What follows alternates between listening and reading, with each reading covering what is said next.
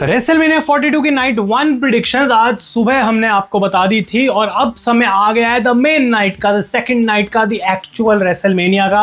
और यहाँ पे काफी सारे कमाल के बड़े बड़े मैचेस हैं। क्या आप भी इन मैचेस के लिए उतना ही हाइप्ड हैं जितना कि मैं हूं?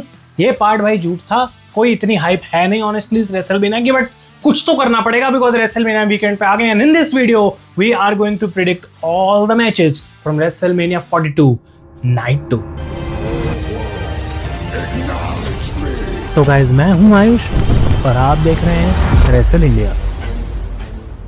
तो भाई नाइट 1 के जैसा कि मैंने कहा सारे मैचेस हम प्रिडिक्ट कर चुके हैं। लिंक मैं डाल दूंगा नीचे डिस्क्रिप्शन में, आप जाके वहां से नाइट 1 की प्रिडिक्शंस देख सकते हैं। और यहाँ पे कमेंट्स में फटाफट से आप लोग अपनी प्रिडिक्शंस मुझे बताते जाओ। वीडियो को लाइक करना ना भूलो और सब्सक्राइब करके और नोटिफिकेशन बेल को जो है अपने मनपसंद का फिनिशर लगाओ बिकॉज रेसलमेनिया जो है वो बहुत सारा कंटेंट लेके आने वाली है यहाँ पे रेसल इंडिया के लिए। अब रेसलमेनिया की टाइमिंग की बात करें तो 3:30 AM इंडियन टाइम के अकॉर्डिंग स्टार्ट हो जाएगी और 12:30 बजे रात को जो है आपका प्री शो स्टार्ट हो जाएगा। 8 बजे तक मेन शो चलेगा सुबह के और उसके बाद 1 घंटे का जो है वो पोस्ट शो चलेगा।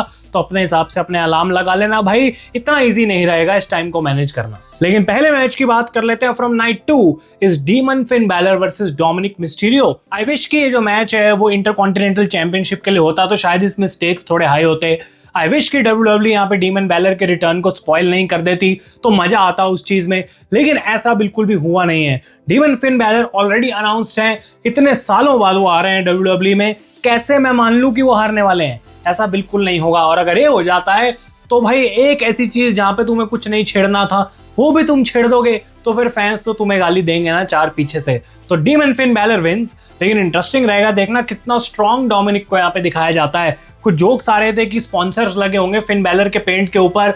आई होप ऐसा बिल्कुल भी ना हो, पर डीमन फिन बैलर को मैच जीतना ही पड़ेगा और अपना रिवेंज कंप्लीट करके वो आगे बढ़ सकते हैं जजमेंट डे की स्टोरी से। नेक्स्ट मैच की बात करते हैं इंटरकॉन्टिनेंटल टाइटल लैडर मैच की, और ये मैच जो है क्रेजी होगा भाई एकदम। मुझे लगता है यहाँ पे इस मैच को ओपन आवर में इसलिए डाला गया ताकि ये मैच बिल्कुल आग लगा दे भाई। और Penta versus JD McDonald versus Dragon Lee versus Rey Mysterio versus Rusev versus Jevon Evans. ये मैच जो है बिल्कुल परफेक्टली सेटअप है मोमेंट्स देने के लिए, हाइप करने के लिए, और यूएस में जो फ्री का 1 घंटा देख रहे हैं उनके पैसे लूट के उनको बाकी का शो दिखाने के लिए, तो उसमें कुछ गलत नहीं है। क्या यहाँ पे कोई टाइटल चेंज होने का चांस है?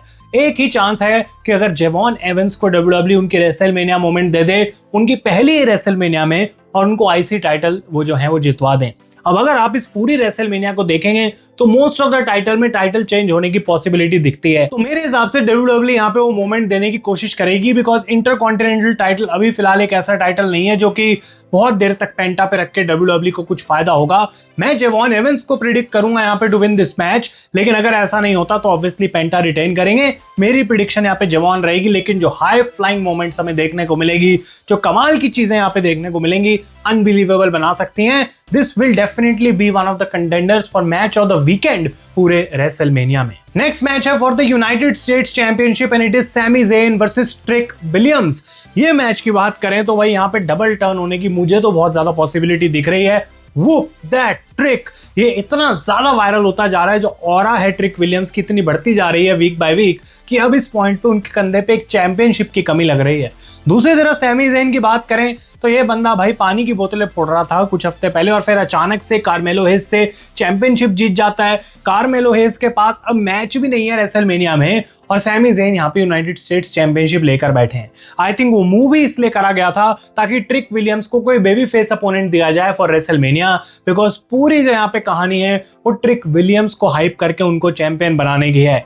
और मेरे हिसाब से इस मैच में हमें देखने को मिल सकता है कि सैमी इस मैच को हारेंगे, स्पोर्ट्समैनशिप के लिए जाएंगे, लेकिन वहां पे उनका टर्न हमें देखने को मिल सकता है बिकॉज इतने टाइम से सैमी फ्रस्ट्रेटेड हैं, उनको वर्ल्ड चैंपियनशिप का मौका नहीं मिल रहा था, फिर यूएस टाइटल का मौका मिला, वो जीत गए, लेकिन अगर पहले ही अपने मेजर डिफेंस में वो टाइटल को हार जाएंगे तो सैमी ज़ेन का गुस्सा वापस बाहर निकल के आएगा और इस बार पानी की बोतलें तो नहीं मिलेंगी, ट्रिक विलियम्स का ही सर फोड़ने को मिलेगा। और आई थिंक वो डबल टर्न अलाउ करेगा ट्रिक विलियम्स को एक बेबी फेस बनने के लिए, जो कि मे भी कुछ लोग बोलेंगे शायद थोड़ा टू अर्ली है उनके लिए एक टर्न के लिए, लेकिन आई थिंक जितने ओवर हैं वो विद द फैंस, वो ऑटोमेटिकली ऑलरेडी एक बेबी फेस है ऑलमोस्ट, तो वो ऑफिशियली भी अब उनको बना ही देना चाहिए। नेक्स्ट मैच है ब्रॉक लेसनर वर्सेस ओबा फेमी और ये मैच स्टार्ट करेगा नंबर 1 मैच होगा रेसलमेनिया 42 की नाइट 2 पे।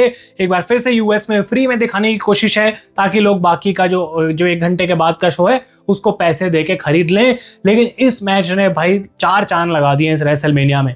अगर कोई एक ऐसी चीज है जी कि मैं बोलूं भाई मेरे को एक्चुअली में वेट नहीं हो रहा है इस मैच का, वो ये मैच है पूरे दोनों कार्ड पे कंबाइंड दोनों नाइट पे।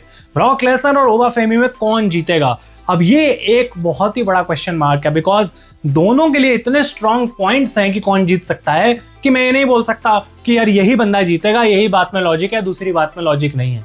ब्रॉक लेसनर की बात करते हैं तो वो रेसलमेनिया के बाद शायद कुछ ही देर में समर स्लैम में रिटायरमेंट अपनी जो है वो लेंगे। वहां पे मे बी उनका मैच गुंथर के साथ होगा और रिपोर्ट्स भी आ रही थी कि वो हारना नहीं चाहेंगे उससे पहले, जो कि एक वैलिड पॉइंट है बिकॉज अगर ओबा फेमी को ब्रॉक लेसनर हरा देगा तो क्या जब गुंथर ब्रॉक का करियर खत्म करेगा उसमें उतनी सेंस बनेगी? क्या वो उतना मजेदार होगा? और अगर इतने टाइम से ब्रॉक लेसनर हारा ही नहीं है डब्ल्यूडब्ल्यूई में और वो वापस आके फाइनली अपने मैच में गुंथर से हारेगा, क्या वो बड़ा इंपैक्ट बन सकता है? क्या डब्ल्यूडब्ल्यूई को उस चीज को प्रिजर्व करना चाहिए? दूसरी तरफ ओबा फेमी की ये पहली रेसलमेनिया है और जो उनको दिखाया गया अभी तक ऐसा लगता ही नहीं है कि उनको हरा के कोई फायदा होगा बिकॉज ओबा फेमी को तुमने इतना हाइप किया, इतने क्राउड उनको बैक कर रहा है और वो डेफिनेटली एक चीज देखना चाहेंगे कि फाइनली जो रूलर है वो हरा दे द बीस्ट ब्रॉक लेसनर को एट रेसलमेनिया। लेकिन इसमें यहाँ पे अब लोग बोलेंगे कि ऑब्वियसली भाई ओबा ही जीतेगा, ब्रॉक को जिता के क्या मिल रहा है। लेकिन ओबा फेमी के प्रोमो की अगर हम बात करें जो मंडे नाइट रॉ पे उन्होंने रिसेंटली बोला है कि वही वो चोजन 1 बनेंगे जो कि एक्चुअली में यहाँ पे हराएंगे ब्रॉक लेसनर को। ये चीज यूजुअली रिवर्स काम करती है जब सेम वीकेंड पे पीएलई होता है। अगर ओबा फेमी को इतना स्ट्रांग दिखा दिया ना कि पॉल हेमन से भी वो प्रोमो बैटल जीत रहा है तो इसका कहीं ना कहीं मतलब यही है कि ब्रॉक लेसनर इस मैच को जो है वो जीतने वाले हैं। और जितना ज्यादा मैं चाहूंगा ओबा फेमी यहाँ पे जीते उसमें मुझे कोई दिक्कत नहीं है। आई कैन नॉट बिलीव, ये मैं अपने आप को समझा नहीं पा रहा हूं कि कैसे ब्रॉक लेसनर इस मैच को हार जाएंगे। आई थिंक कि ब्रॉक लेसनर इस मैच को जीतेंगे। अब भले ही वो पॉलिटिक्स हो, भले ही वो 2 मिनट का मैच हो, मुझे नहीं पता क्या करेगी डब्ल्यूडब्ल्यूई। आई थिंक ये काफी डिसेंट मिनट्स का मैच होगा, छोटा मैच नहीं होगा बिकॉज पहला मैच है, इसको इम्पैक्ट बनाना है। और दूसरी बात, ब्रॉक लेसनर अगर ओपन करता है यहाँ पे शो को और डब्ल्यूडब्ल्यूई को पैसे यहाँ पे लेने हैं बाकी लोगों के कि वो फ्री के आगे भी देखें तो ब्रॉक लेसनर को जिताने में उनका सबसे ज्यादा फायदा है बिकॉज मे बी ओबा फेमी से कैजुअल फैंस उतना रिलेट नहीं कर पाएंगे। तो इंटरेस्टिंग रहेगा देखना, कॉर्पोरेट रीजन हो या फिर कुछ भी रीजन हो, I think Brock Lesnar defeats Oba फेमी।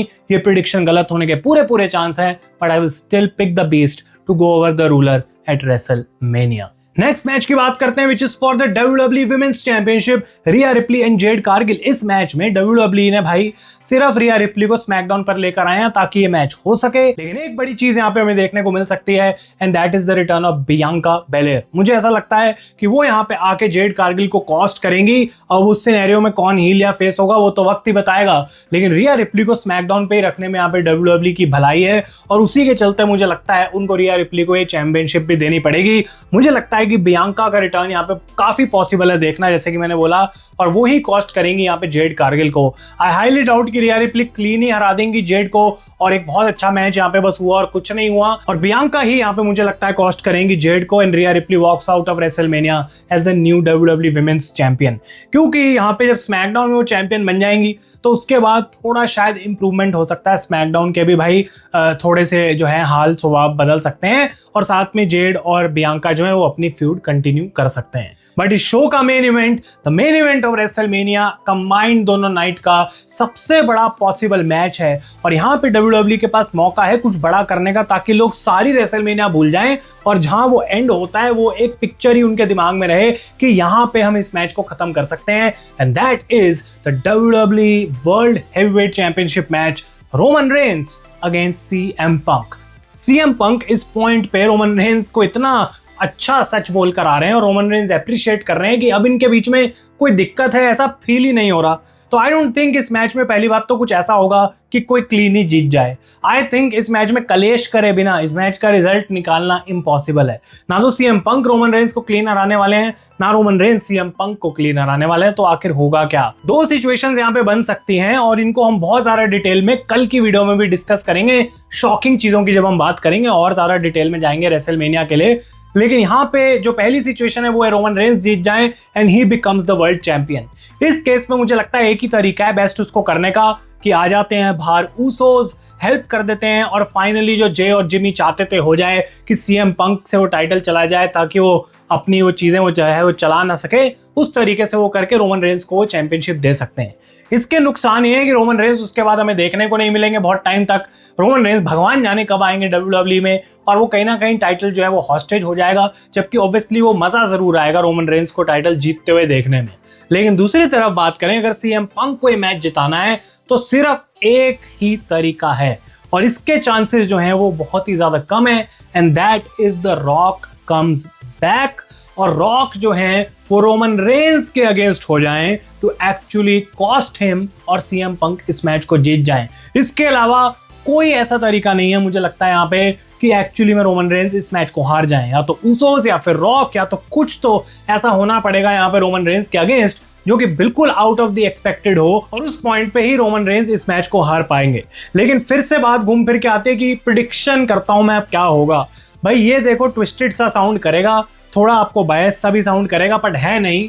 लेकिन इसका कोई तरीका नहीं है ऐसा बताने का कि आपको मैं बता सकूं कि देख लो भाई बायस नहीं है।